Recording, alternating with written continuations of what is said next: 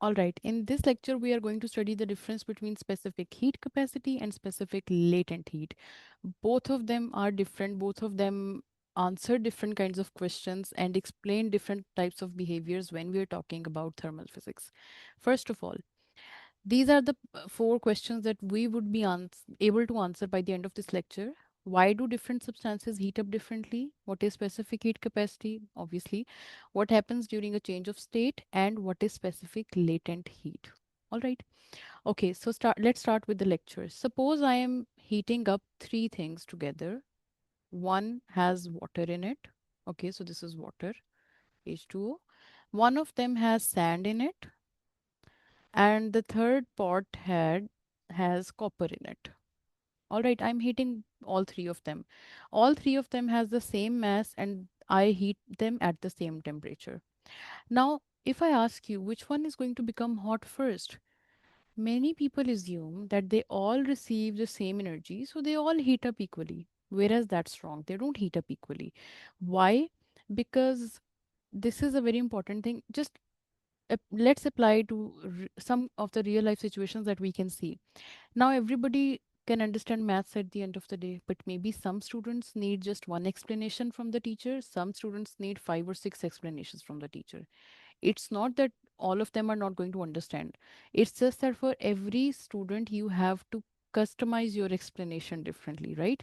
So, in the same way, even if the temperature given is the same, the amount of energy which is received by them is different. Okay, so how they receive the same amount of energy, that is different.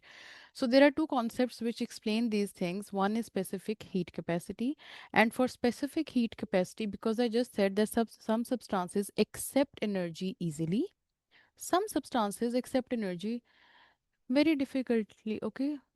I don't know if difficultly is the correct word or not.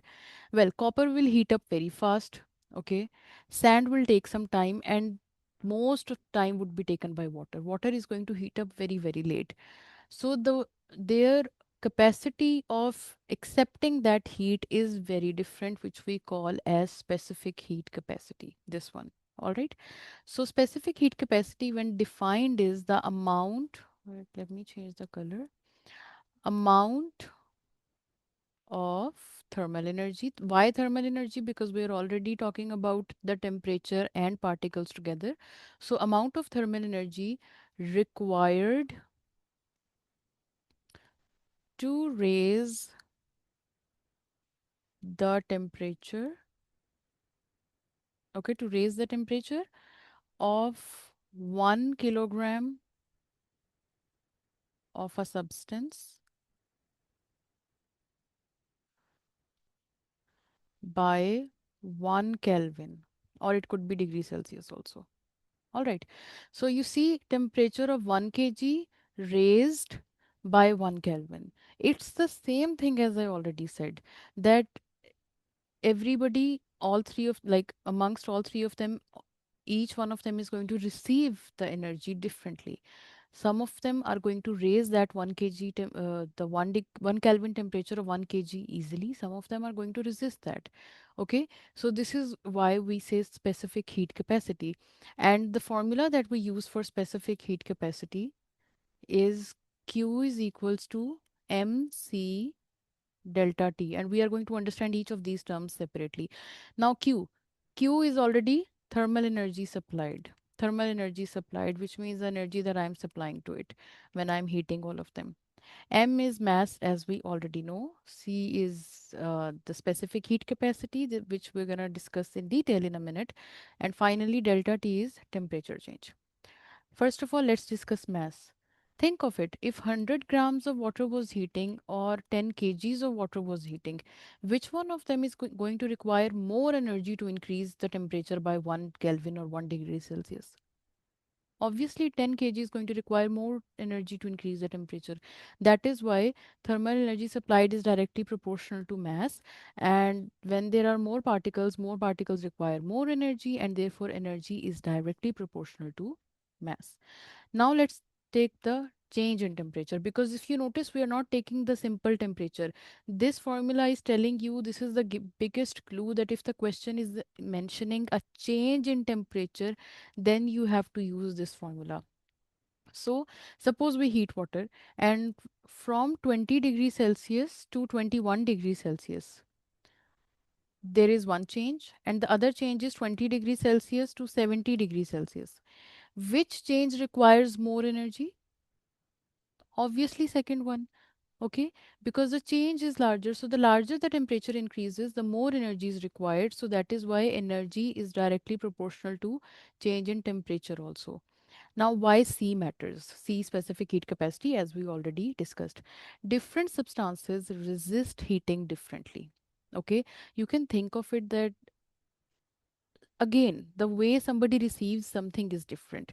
So all of them are going to receive heat in a very different way. Water has a very high specific heat capacity, which means it's very, very difficult to heat up water. Whereas copper has very low specific heat capacity. It can you can increase its temperature very easily. That is why metals are used as cooking pots, because in cooking pots we want the pot to receive that kind of heat, increase its temperature, and cook the food or anything that we're cooking over there. So we require something which can heat up quickly.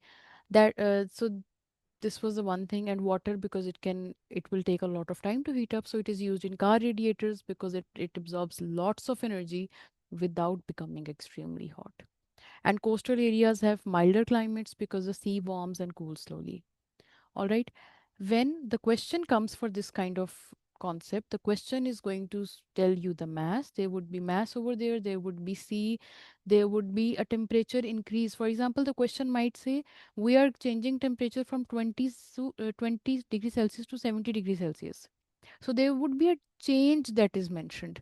This is now, if you focus, I'm talking about change again and again, again and again, because the second concept linked with this one, the specific latent heat. In specific latent heat, there is no change in temperature. No change in temperature. This is something I want you to remember before we move on to the concept. There is no change in temperature for specific latent heat, but for specific heat capacity, change in temperature is very important, and that's how you differentiate between them also. But I'll tell you the other one in detail in a second. Okay. Sometimes, however, the temperature doesn't change. Because as I said, for the latent one, temperature change is not important. When does that happen? Think about it. I'll give you like a second for think of it. For example, I take ice. I start heating the ice. When I talk about internal energy, I was talking about kinetic energy and potential energy, right? Now I start heating the ice. When I heat the ice, the average temperature of the ice is not going to increase. The temperature is going to increase in the beginning.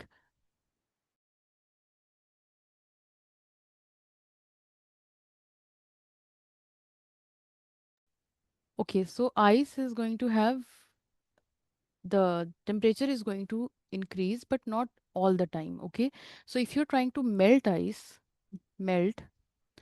there are bonds between ice particles also, which we called intermolecular forces. Intermolecular molecular, okay, spellings are wrong. Intermolecular forces.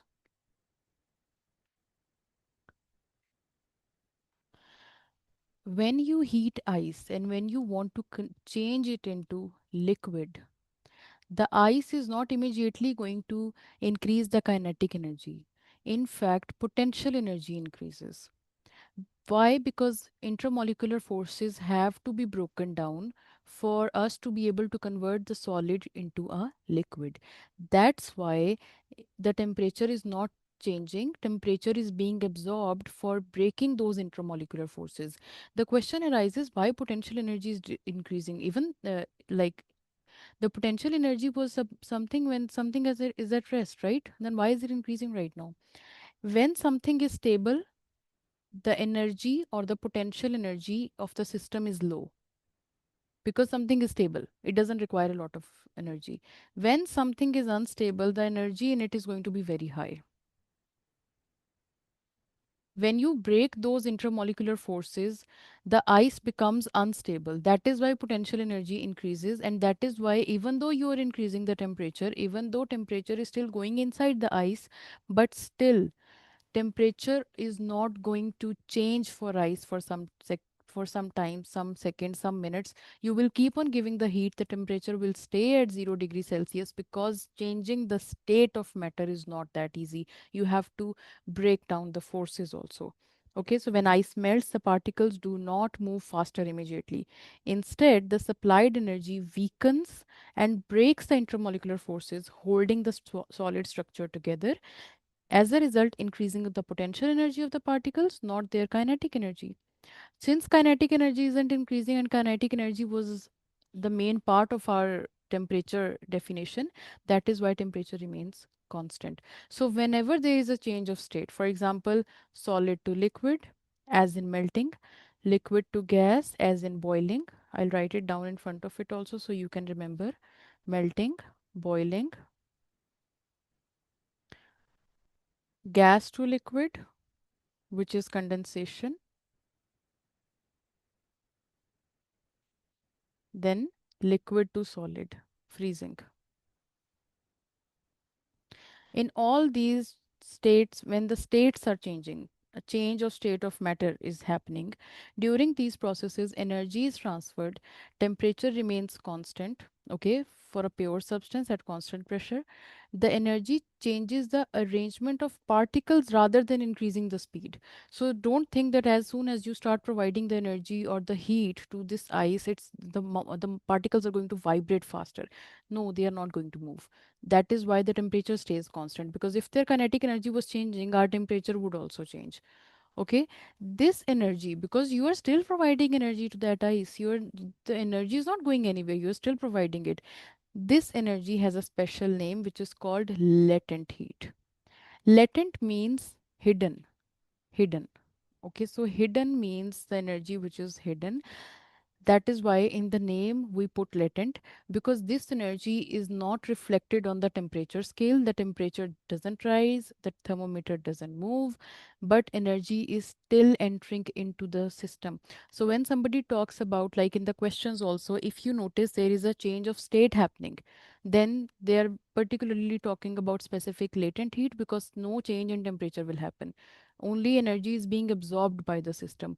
But if there is some change happening, that is specific heat capacity. So specific heat capacity tells you how much something is going to heat up when you provide it with the energy. And specific latent heat means that it's going to absorb that energy instead of changing its temperature. So when we come to the exact definition of the latent heat, specific latent heat, the definition is the thermal energy. I want you to memorize these definitions, they are very important. Thermal energy required to change the state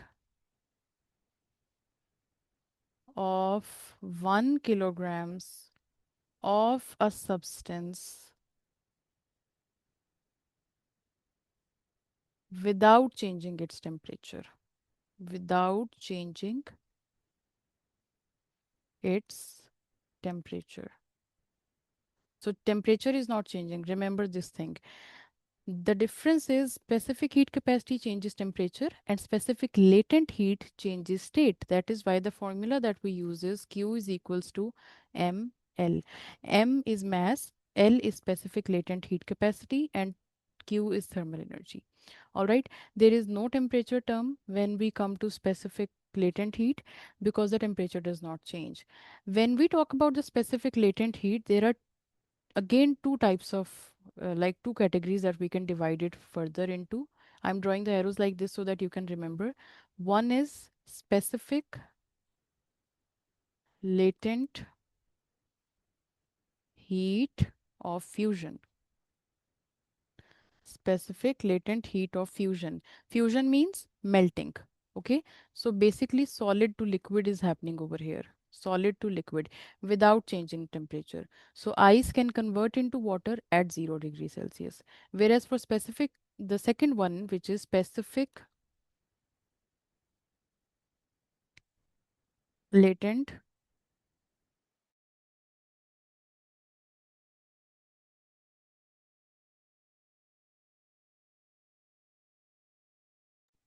So specific latent heat of vaporization is boiling, converting a liquid into gas. Again, it is the energy required to convert liquid into gas without changing the temperature. Which one is larger out of specific latent heat of fusion and specific latent heat of vaporization? The specific heat, latent heat of vaporization is always much larger because obviously we are changing it into gas when melting particles are still relatively close together. Whereas when you're boiling, particles are much separated from each other. They are very far apart from each other, and all the energy is required to overcome almost all the intermolecular attractions. That is why the vaporization is going to require more energy. That is why it is going to absorb more energy also. Okay, so if you look at the graphs also, for example, if I make a graph over here, and this side is temperature and this is energy supplied, temperature will increase until the change in the state happens, and it's supposed to be a horizontal line. Just think of it as horizontal. Then once a change of state has happened, again temperature is going to increase until again there is a change of state. So whenever the change of state is there, this graph will become horizontal. So this part where it becomes horizontal, we will use the latent heat term, and where the temperature is changing, we call it specific heat capacity.